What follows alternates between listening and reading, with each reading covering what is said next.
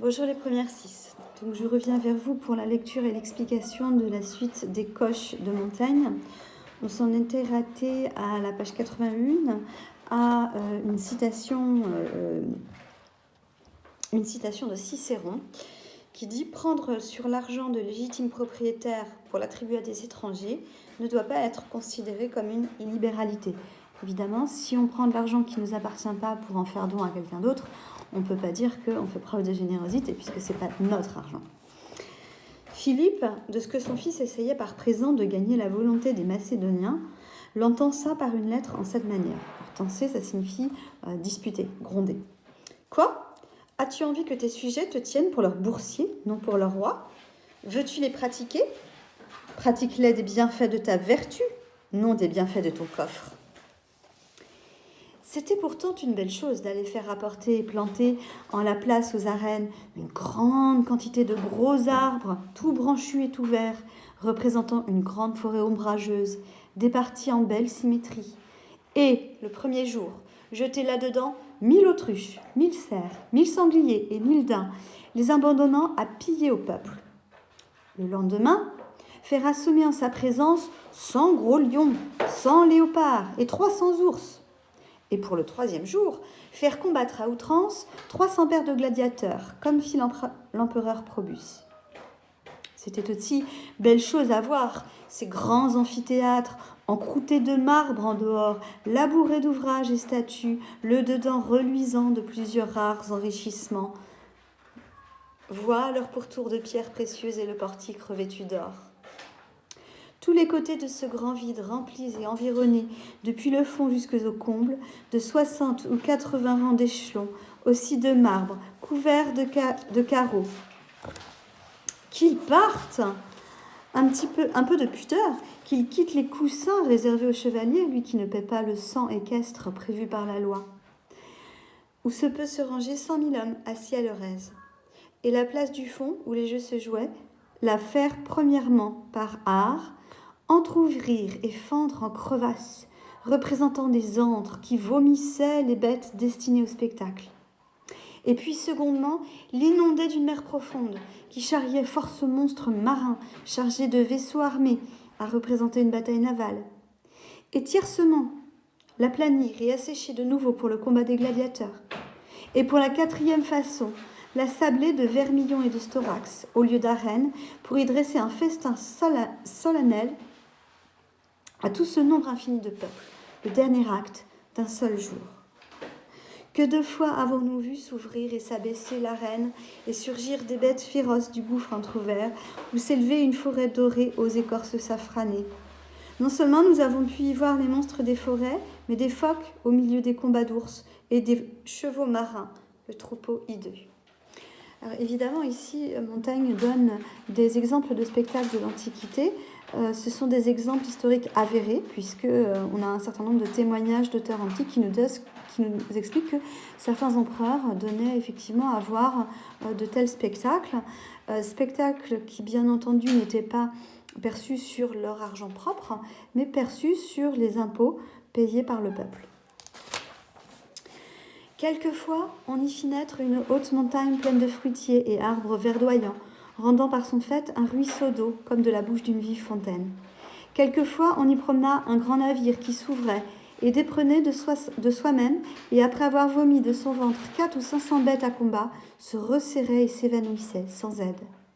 Autrefois, du bas de cette place, il fallait élancer des surgeons et filets d'eau qui rejaillissaient contrement, et à cette hauteur infinie, allaient arrosant et embaumant cette infinie multitude.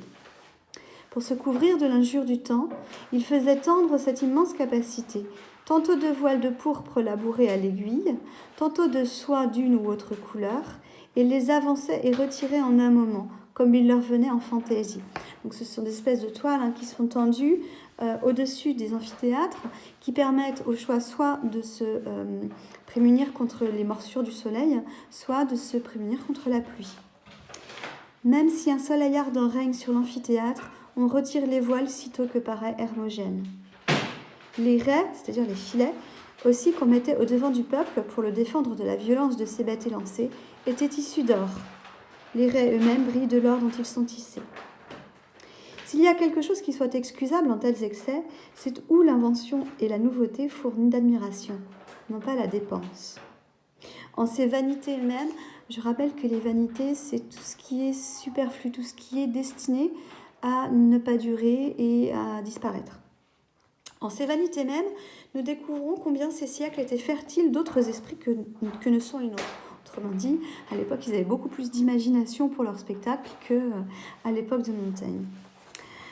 Il va de cette sorte de fertilité comme il fait de toute autre production de la nature. Ce n'est pas à dire qu'elle y ait lors employé son dernier effort. Nous n'allons point, nous rôdons plutôt et tournoyons ça et là. Nous nous promenons sur nos pas. Autrement dit, on ne fait que refaire ce qui a déjà été fait sans véritablement innover. Je crains que notre connaissance soit faible en tous sens. Nous ne voyons ni guère loin, ni guère arrière. Elle embrasse peu et vit peu, courte et en étendue de temps et en étendue de matière. Il y eut bien des héros avant Agamemnon, mais nous ne les pleurons pas. Une longue nuit les dissimule. Ça montre bien l'oubli dans lequel chacun peut tomber. Avant la guerre de Troie et la mort de cette cité, bien d'autres poètes ont chanté, bien d'autres hauts faits. Et la narration de Solon, alors Solon c'est là encore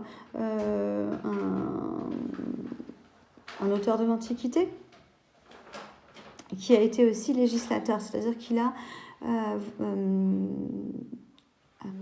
imaginé des lois pour la cité d'Athènes.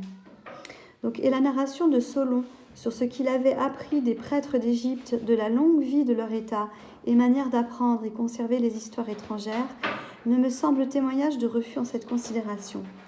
S'il nous était possible de contempler dans toutes leurs parties l'immensité des pays et des temps où l'esprit, se plongeant et s'étendant de toutes parts, se promène en tous sens sans jamais rencontrer de limite qui l'arrête, nous découvririons dans cet espace infini un nombre incommensurable de formes. Autrement dit, le temps fait son œuvre et finalement on oublie ce qui s'est passé auparavant. Quand tout ce qui est venu par rapport du passé jusque à nous serait vrai et serait su par quelqu'un, ce serait moins que rien au prix de ce qui est ignoré. Et de cette même image du monde qui coule pendant que nous y sommes, combien chétive et raccourcie est la connaissance des plus curieux. Non seulement des événements particuliers que fortune rend souvent exemplaires et pesants, mais de l'état des grandes polices et nations, il nous en échappe 100 fois plus qu'il n'en vient à notre sens. Nous nous écrions du miracle de l'invention de notre artillerie, de notre impression, de l'imprimerie, qui a été découverte à cette époque par Nuremberg, enfin qui a été inventée par Nuremberg.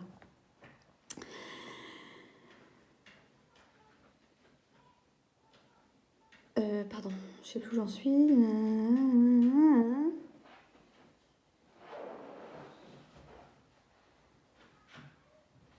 Donc nous nous écrions du miracle de l'invention de notre artillerie, de notre impression. D'autres hommes, à un autre bout du monde, à la Chine, en jouissaient 1000 ans auparavant. Si nous voyions autant du monde comme nous n'en voyons pas, nous apercevrions, comme il est à croire, une perpétuelle multiplication et vicissitude de formes. La vicissitude, c'est les changements. Il n'y a rien de seul et de rare eu égard à nature, oui bien eu égard à notre connaissance, qui est un misérable fondement de nos règles, et qui nous représente volontiers une très fausse image des choses. Comme vainement, nous concluons aujourd'hui l'inclination et la décrépitude du monde par les arguments que nous tirons de notre propre faiblesse et décadence, tant il est vrai que notre âge a perdu ses forces et sa fertilité. Vous vous souvenez, je parlais de l'âge d'or que pouvaient représenter les Indiens. Il est clair que pour Montaigne, cet âge d'or est clairement révolu et que la civilisation européenne est passée depuis par l'âge de fer, enfin l'âge de bronze, puis l'âge de fer, dans lequel nous continuons de nous trouver. Ainsi, vainement concluait celui-là sa naissance et sa jeunesse par la vigueur qu'il voyait aux esprits de son temps, abondant en nouveautés et inventions de divers arts. À mon avis, donc c'est Lucrèce qui parle, tout est nouveau et récent dans ce monde. C'est depuis peu qu'il est né, et c'est pourquoi aujourd'hui, certains arts s'améliorent et progressent encore. Tout comme de nos jours, bien des choses ont été ajoutées aux navires. Alors, vient ici la phrase qui fait le titre finalement du parcours associé à l'œuvre de Montaigne. Notre monde vient d'en trouver un autre. Et qui nous répond si c'est le dernier de ses frères, puisque les démons, les sibylles et nous avons ignoré celui-ci jusqu'à cette heure. Non moins grand, plein et membreux que lui. Toutefois, si nouveau et si enfant qu'on lui apprend encore son ABC. Il n'y a pas 50 ans qu'il ne savait ni lettres, ni poids, ni mesure, ni vêtements, ni blé, ni vigne. Il était encore tout nu, au giron, c'est-à-dire dans le sein de sa mère, et ne vivait que des moyens de sa mère nourricière. Si nous concluons bien de notre fin, et ce poète de la jeunesse de notre siècle, de son siècle, donc Lucrèce, dont il était question plus haut, cet autre monde ne fera qu'entrer en lumière quand le nôtre en sortira. L'univers tombera en paralysie. L'un membre sera perclus, l'autre en vigueur. Alors, si on réfléchit d'un point de vue effectivement historique, on se rend compte que la civilisation européenne a progressivement décliné au profit de la civilisation américaine, puisque les États-Unis sont maintenant la première puissance mondiale. Bien crains-je que nous aurons bien fort raté sa déclinaison, donc là, le déclin du monde du Nouveau Monde, et sa ruine par notre contagion. Vous vous souvenez, c'était quelque chose qu'on avait vu dans le texte 3, que le contact avec les Européens était vécu comme une maladie et une contagion. Donc, bien crains-je que nous aurons bien fort hâté sa déclinaison et sa ruine par notre contagion, et que nous lui aurons bien cher vendu nos opinions et nos arts. C'était un monde enfant. Si ne l'avons-nous pas fouetté et soumis à notre discipline par l'avantage de notre valeur et force naturelle, ni ne l'avons pratiqué par notre justice et bonté, ni subjugué par notre magnanimité. La plupart de leurs réponses et des négociations faites avec eux témoignent qu'ils ne nous devaient rien en clarté d'esprit naturel et en pertinence. L'épouvantable, alors c'est au sens de extraordinaire, pas horrible, l'épouvantable magnificence des villes de Cusco et de Mexico, et entre plusieurs choses pareilles, le jardin de ce roi, où tous les arbres, les fruits et toutes les herbes, selon l'ordre et grandeur qu'ils ont en un jardin, étaient excellemment formés en or, comme en son cabinet, tous les animaux qui naissaient en son état et en ses mères, et la beauté de leurs ouvrages, en pierrerie, en plumes, en coton, en la peinture, montrent qu'ils ne nous cédaient non plus en industrie. Mais quant à la dévotion, observance des lois, bonté, libéralité, loyauté, franchise, il nous a bien servi de n'en avoir pas autant qu'eux. Ils se sont perdus par cet avantage et vendus et trahis eux-mêmes. Autrement dit, tout ce qui faisait la qualité des Indiens a été la cause de leur perte. C'est parce qu'ils étaient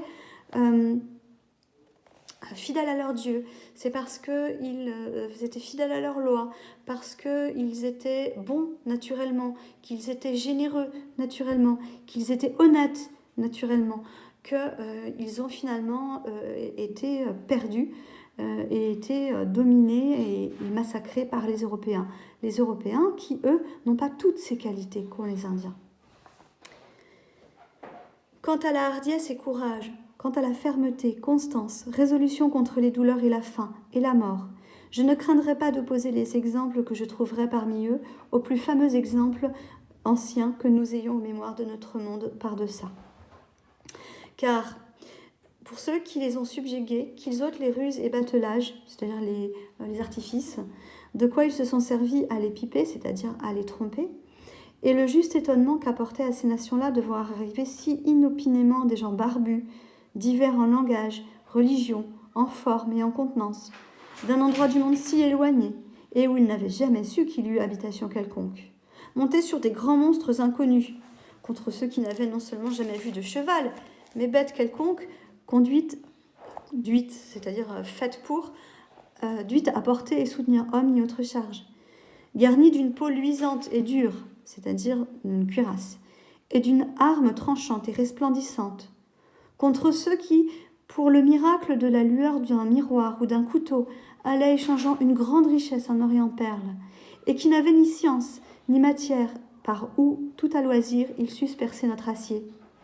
Ajoutez-y les foudres et tonnerres de nos pièces et arquebuses, capables de troubler César même, qu'il en eût surpris au temps inexpérimenté, et à cette heure, contre des peuples nus, si ce n'est où l'invention était arrivée de quelques tissus de coton, sans autres armes pour le plus que d'arcs, pierres, bâtons et boucliers de bois. Des peuples surpris, sous couleur d'amitié et de bonne foi, par la curiosité de voir des choses étrangères et inconnues. Ôtez, dis-je, aux conquérants cette disparité, cette différence matérielle finalement qu'ils avaient, vous leur ôtez toute l'occasion de tant de victoires.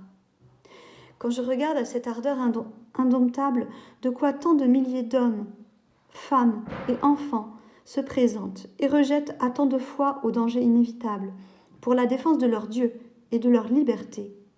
Cette généreuse obstination de souffrir toute extrémité et difficulté et la mort, plus volontiers que de se soumettre à la domination de ceux de qui ils ont été si honteusement abusés, trompés.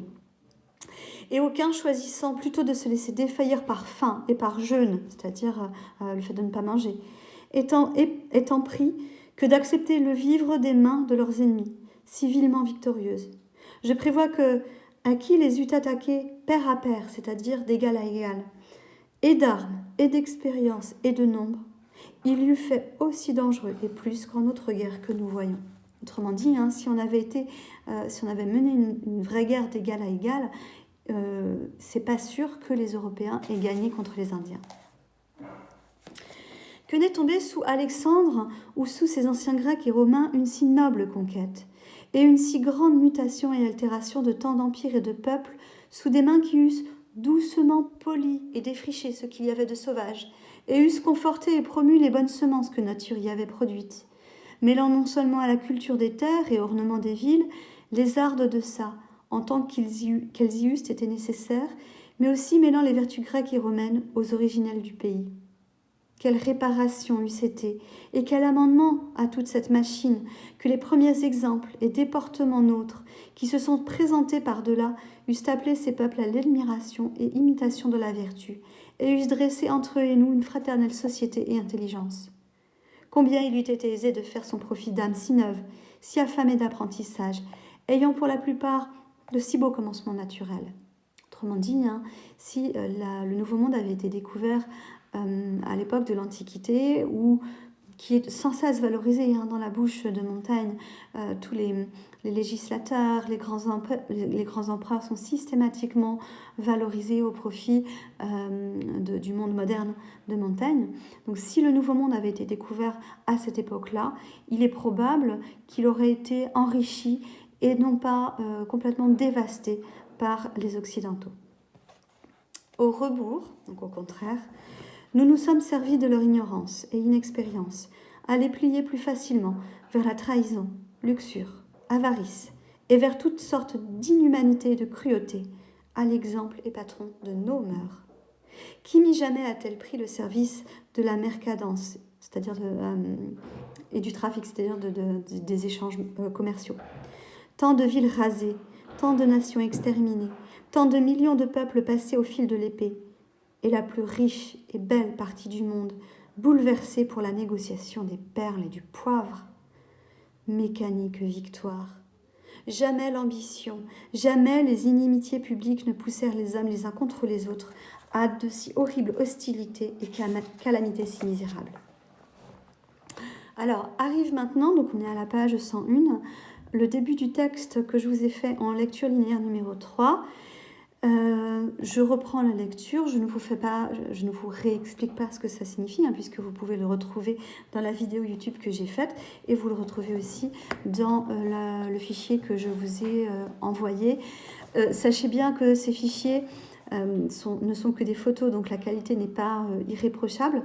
Néanmoins, dès que l'ENT fonctionnera à nouveau, ces documents, je vous les enverrai sous format ODT.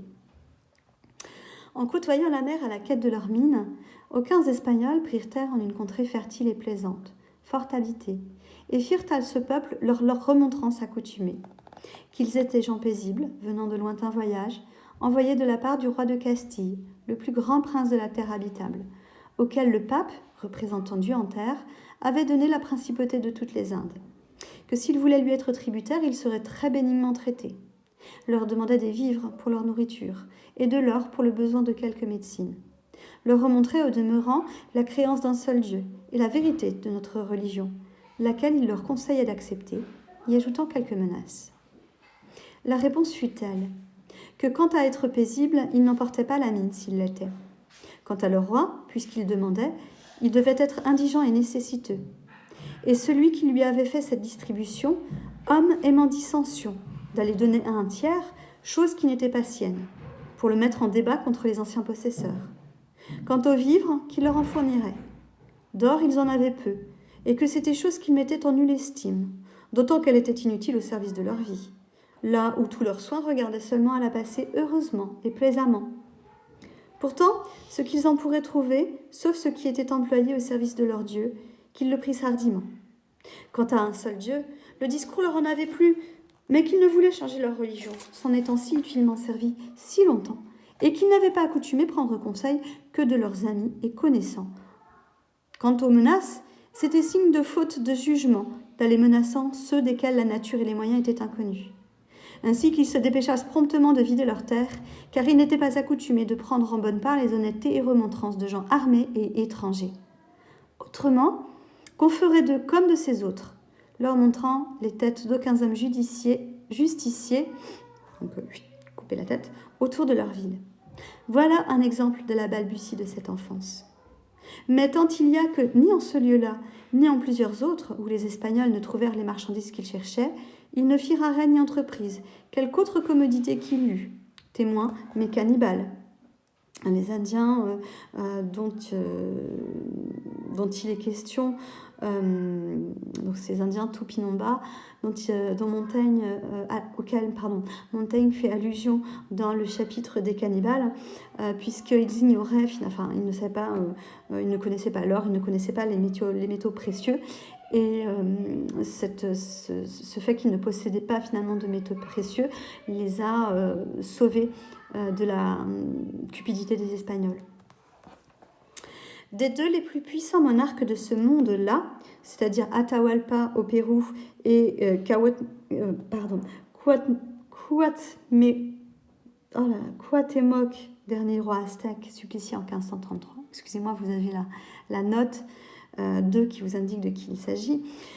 Donc, des deux les plus puissants monarques de ce monde-là, et à l'aventure de celui-ci, roi de tant de rois, les derniers qu'ils en chassèrent, celui du Pérou, ayant été pris en une bataille et mis à une rançon si excessive qu'elle surpasse toute créance, et celle-là fidèlement payée, et avoir donné par sa conversation signe d'un courage franc, libéral et constant, et d'un entendement net et bien composé, il prit envie au vainqueur, après en avoir tiré 1 385 100 pesants d'or, outre l'argent et autre chose qui ne montèrent pas moins, si que leurs chevaux n'allaient plus ferrer que d'or massif, de voir encore, au prix de quelque déloyauté que ce fût, quel pouvait être le reste des trésors de ce roi, et jouer librement de ce qu'il avait réservé. On lui apposta une fausse accusation, c'est-à-dire qu'on accuse injustement, et preuve qu'il daigna de faire soulever ses provinces pour se remettre en liberté. Sur quoi, par beau jugement de ceux mêmes qui lui avaient dressé cette trahison, on le condamna à être pendu et étranglé publiquement, lui ayant fait racheter le tourment d'être brûlé tout vif par le baptême qu'on lui donna au supplice même. Accident horrible, accident c'est meurtre, horrible et inouï, qu'il souffrit pourtant sans se démentir ni de constance, ni de parole, d'une forme et gravité vraiment royale. Et puis, pour endormir les peuples étonnés et transis de choses si étranges, on contrefit un grand deuil de sa mort et lui ordonna-t-on de somptueuses funérailles. Mais tout ça, c'est du blabla, tout ça, c'est du spectacle. C'est se donner en spectacle alors qu'ils ont fait preuve de trahison en réclamant une rançon complètement excessive, incroyable, et finalement en jugeant que de toute façon il était coupable de quoi on ne sait pas, d'un méfait imaginaire, pour pouvoir le mettre à mort et s'en débarrasser. L'autre roi de Mexico, donc l'autre roi dont il est question, l'autre roi de Mexico, ayant longtemps défendu sa ville assiégée et montré en ce siège tout ce que peut, et la souffrance et la persévérance, si onc, c'est déjà jamais, prince et peuple le montra, et son malheur l'ayant rendu vif, c'est-à-dire vivant, entre les mains des ennemis, avec capitulation d'être traités en rois. Aussi ne leur fit-il rien voir en la prison indigne de ce titre. Ne trouvant point, après cette victoire, tout l'or qu'ils s'étaient promis, quand ils eurent tout remué et tout fouillé, ils se mirent à en chercher des nouvelles par les plus âpres gênes, c'est-à-dire les tortures, de quoi ils se purent aviser sur les prisonniers qu'ils tenaient. Mais pour n'avoir rien profité, trouvant des courages plus forts que leurs tourments, ils en vinrent enfin à telle rage que, contre leur foi et contre tout droit des gens, ils condamnèrent le roi même et l'un des principaux seigneurs de sa cour à la gêne, donc la torture, en présence l'un de l'autre. Ce seigneur, se trouvant forcé de la douleur, environné de brasiers ardents, tourna sur la fin piteusement sa vue vers son maître, comme pour lui demander merci de ce qu'il n'en pouvait plus. Le roi, plantant fièrement et rigoureusement les yeux sur lui, pour reproche de sa lâcheté et pusillanimité, donc là c'est un synonyme de lâcheté, lui dit seulement ces mots d'une voix rude et ferme. « Et moi, suis-je dans un bain ? Suis-je pas plus à mon aise que toi ?» Celui-là, soudain après, succomba aux douleurs et mourut sur la place. Le roi, à demi rôti, fut emporté de là, non tant par pitié, car quelle pitié toucha jamais des âmes si barbares qui, pour la douteuse information de quelques vases d'or à piller, fissent griller devant leurs yeux un homme, non qu'un roi si grand et en fortune et en mérite. Mais ce fut que sa constance rendait de plus en plus honteuse leur cruauté. Ils le pendirent depuis, ayant courageusement entrepris de se délivrer par armes d'une si longue captivité et sujétion, où il fit sa fin digne d'un magnanime prince. À une autre fois, ils mirent brûler pour un coup, en même feu, 460 hommes tout vifs, les 400 du commun peuple, les 60 des principaux seigneurs d'une province, prisonniers de guerre simplement. Nous tenons de même ces narrations, car ils ne les avouent pas seulement, ils s'en vantent et les prêchent.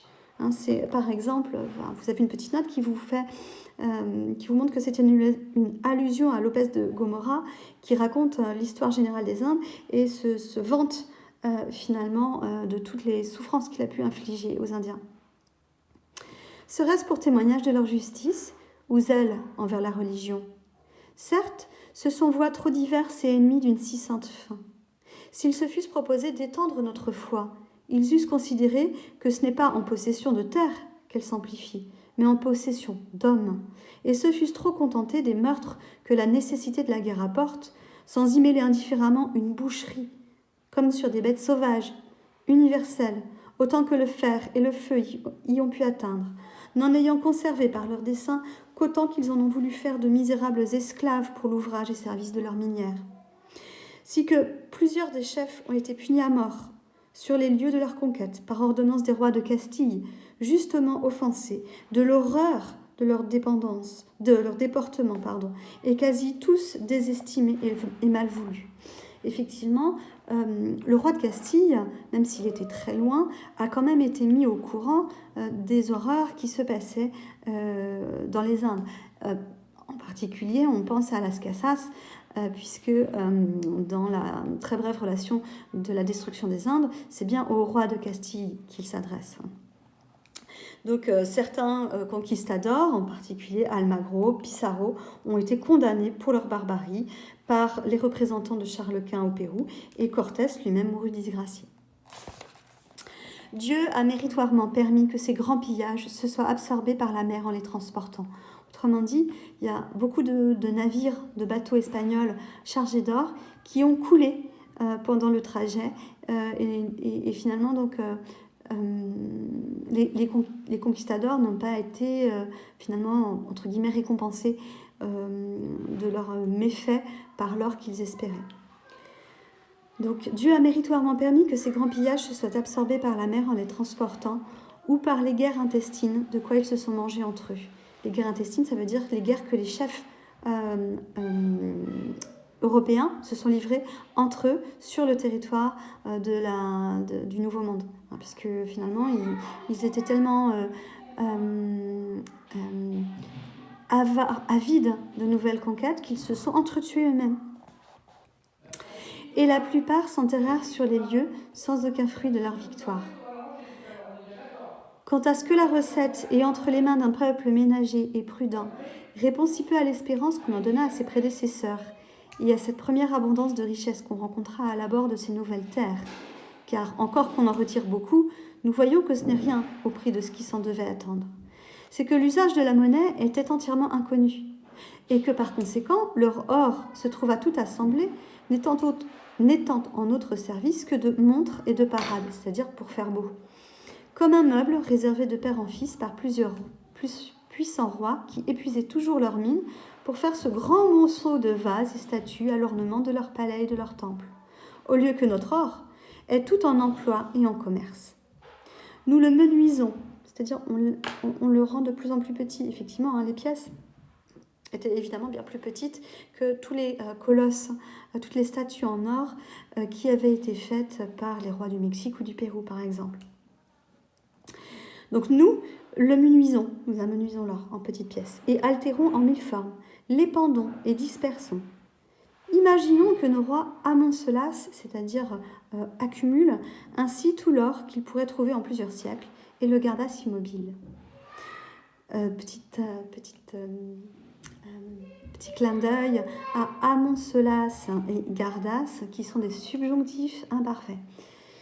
Ne vous laissez pas piéger parce que Montaigne les utilise. À cette époque, la concordance des temps est quelque chose qui est très respecté. Ceux du royaume de Mexico étaient aucunement plus civilisés et plus artistes que n'étaient les autres nations de là. Aussi jugeaient-ils, ainsi que nous, que l'univers fut proche de sa fin, et en prirent pour signe la désolation que nous y apportâmes. Ils croyaient que l'être du monde se départ en 5 âges, et en la vie de 5 soleils consécutifs, desquels les 4 avaient déjà fourni leur temps, et que celui qui leur éclairait était le 5e. Le premier périt avec toutes les autres créatures par universelle inondation d'eau. Alors, c'est une référence au déluge. Vous savez que ce déluge, on le trouve aussi bien dans l'Ancien Testament. Il est reconnu aussi par les catholiques, il est reconnu aussi par les musulmans. Il était déjà reconnu dans l'Antiquité gréco-romaine. Donc, ce déluge, finalement, c'est un des éléments communs un peu à toutes les religions que l'on puisse trouver. Le déluge universel qui a exterminé le premier âge d'or de l'humanité. Le second, par la chute du ciel sur nous, qui étouffa toute chose vivante, auquel âge ils assignent les géants, et en firent voir aux Espagnols des ossements, à la proportion desquels la stature des hommes revenait à 20 paumes de hauteur. Le troisième âge, par feu, qui embrasa et consuma tout. Le quatrième, par une émotion d'air et de vent qui abattit jusqu'à plusieurs montagnes. Les hommes n'en moururent point, mais ils furent changés en magots, c'est-à-dire en singes. Quelles impressions ne souffre la lâcheté de l'humaine créance. Autrement dit, qu'est-ce qu'on peut aller jusqu'à imaginer, jusqu'où on peut croire des choses extraordinaires. Après la mort de ce 4e soleil, le monde fut 25 ans en perpétuelles ténèbres, au 15e desquels fut créé un homme et une femme qui refirent l'humaine race. Là aussi, la création de l'homme, la recréation de l'homme et de la femme, c'est un mythe que l'on retrouve aussi dans l'Antiquité. Vous pouvez retrouver ça, par exemple, dans les Métamorphoses d'Ovide. 10 ans après, à certains de leurs jours, le soleil parut nouvellement créé, et commence depuis le compte de leurs années par ce jour-là. Le 3e jour de sa création, moururent les dieux anciens. Les nouveaux sont nés depuis, du jour à la journée. Ce qu'ils estiment de la manière que ce dernier soleil périra, mon auteur n'en a rien appris.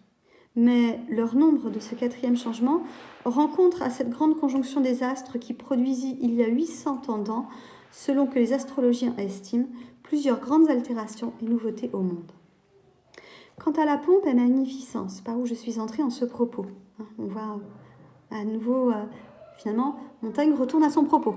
Il nous en a éloignés de très très loin en parlant du Nouveau Monde, et finalement, il revient à son propos. Quant à la pompe et magnificence par où je suis entrée en ce propos, ni Grèce, ni Rome, ni Égypte ne peut soit en utilité ou difficulté ou noblesse comparer aucun de ces ouvrages au chemin qui se voit au Pérou, dressé par les rois du pays. Depuis la ville de Quito jusqu'à celle de Cusco, il y a 300 lieues, droit, uni, large de 25 pas, pavée, revêtue de côté et d'autre de belles et hautes murailles, et le long d'Issel par le dedans, de ruisseaux pérennes, bordés de beaux arbres qu'ils nomment molis. Où ils ont trouvé des montagnes et rochers, ils les ont taillés et aplanis et comblé les fondrières de pierre et chaux. Au chef de chaque journée, il y a de beaux palais fournis de vivres, de vêtements et d'armes, tant pour les voyageurs que pour les armées qui ont à y passer.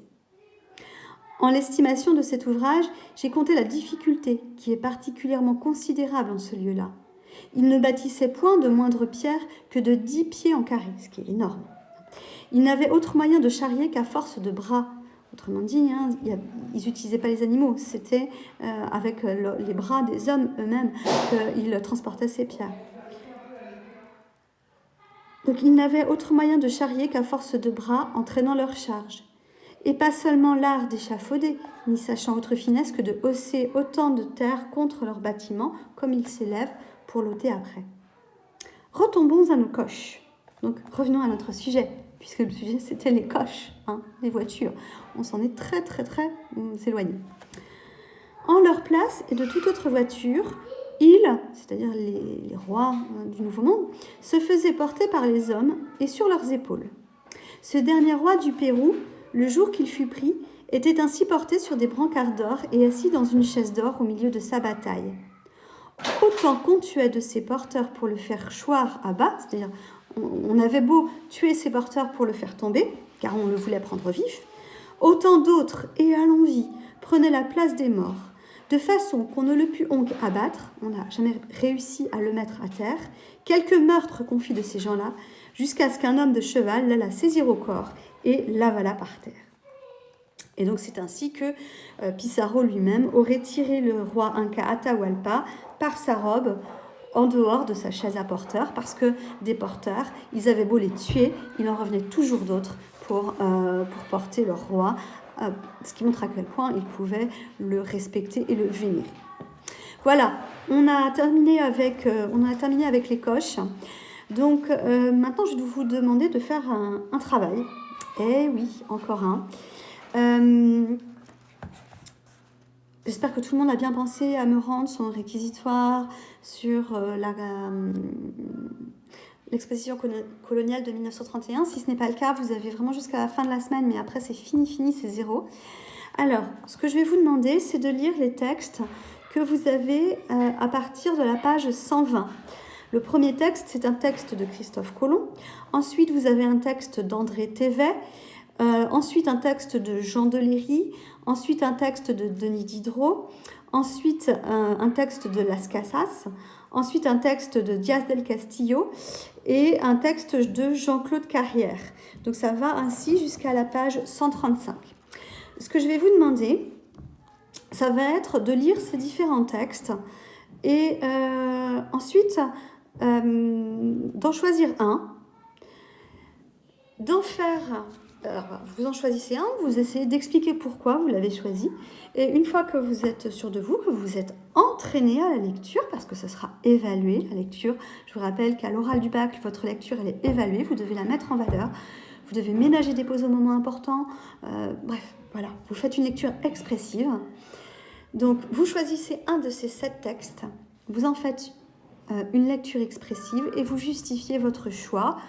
Vous justifiez votre choix d'un de ces 7 textes. Je sais que certains d'entre vous n'ont pas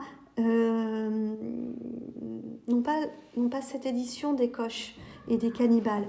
Donc si jamais vous ne parvenez pas à avoir ces 7 textes, vous me le signalez, moi je vous les prends en photo, je vous les envoie, et puis sinon vous pouvez demander aussi à vos camarades qui ont cette édition-là de faire la même chose, hein.